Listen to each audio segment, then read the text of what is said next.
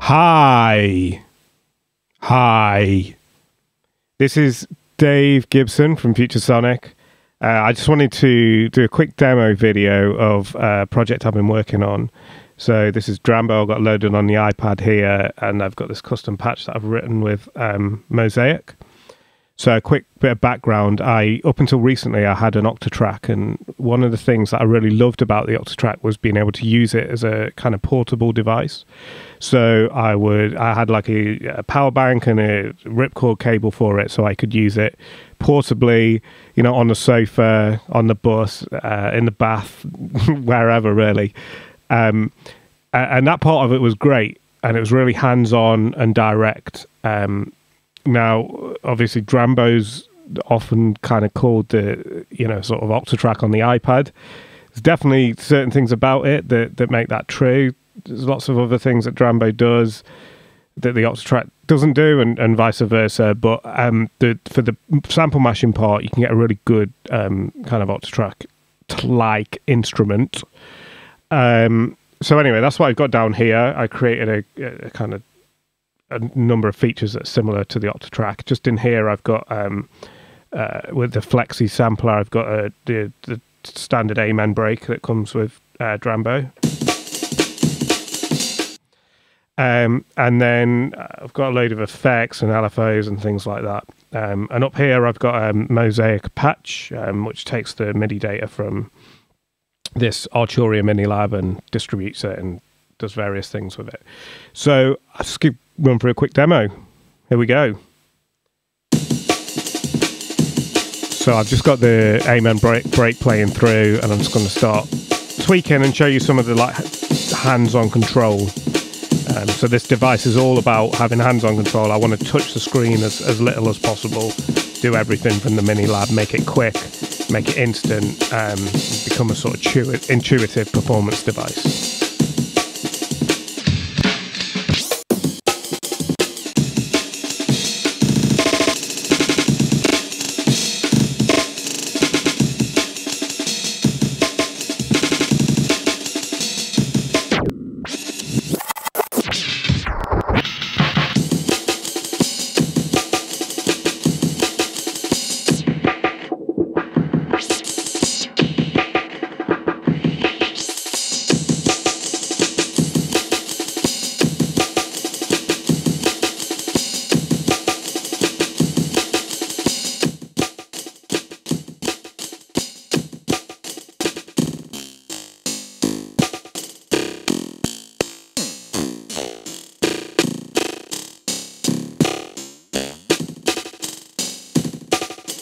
So things can get pretty funky quite quickly. I've got a compressor here in the mix. And then when I come down here onto these buttons on the end here, I can switch over, and I've got a separate range of pages on here. So on this first row of pages, I've got playback, amp, filter, another filter page, compressor, and the LFOs on the end there. And then when I switch pages here, we've got EQ, phaser, distortion, comb filter. So let's get some of that lovely comb filter as a really typical Octatrack technique.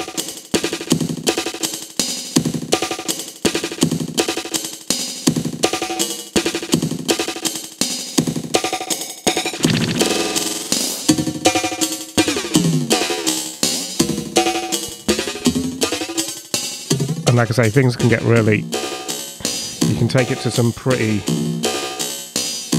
gnarly places quite quickly. And as soon as you do this,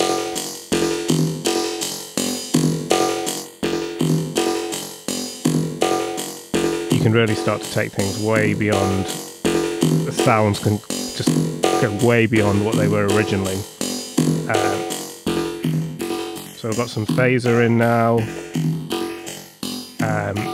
Obviously, once you've done all of it,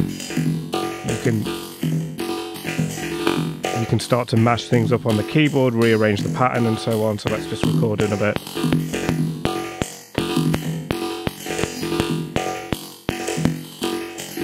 And obviously, because this is Drambo, I can then record all of the, because of the way it's mapped, and record all of the P-locks like you would on the Octatrack. So let's just do a bit of that.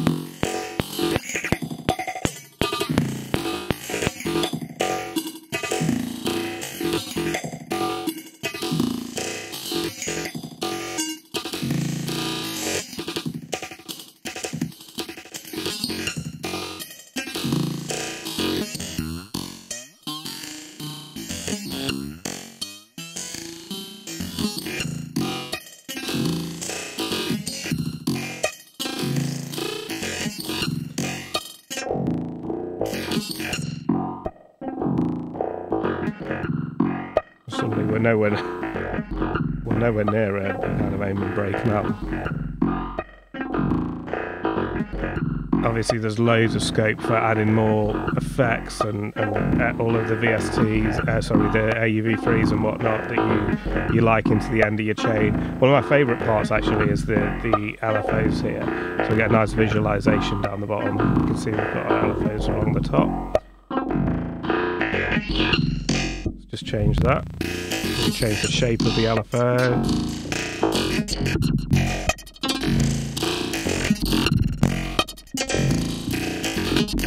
So I've included 3 LFOs and 2 graphic envelopes. So I'm going to apply this second LFO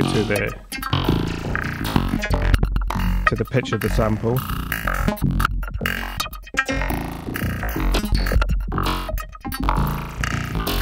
And away we go. And yeah, there's your aim and break.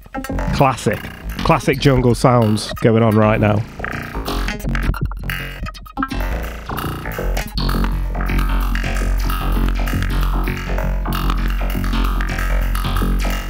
Take things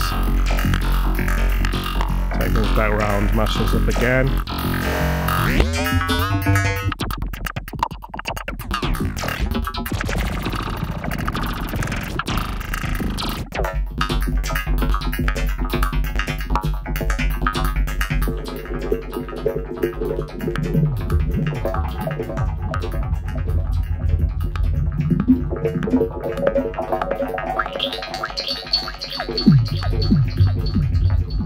So yeah, the goal for the long term is to, currently I've only got the 1 channel here, but I previously broke it out into a number of different channels, and so when we switch into this mode here, I'm not sure you can see, but we've got track 1 here. We can move along to have 8 different tracks, so in effect we'll have a kind of Octatrack along the different Drambo tracks.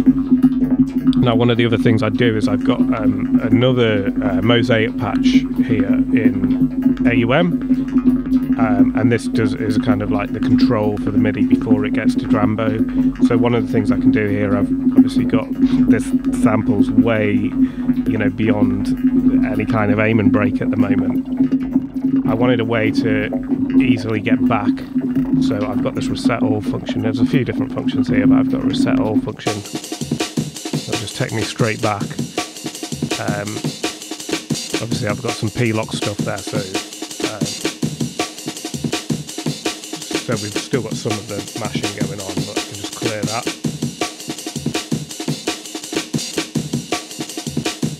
And there we go.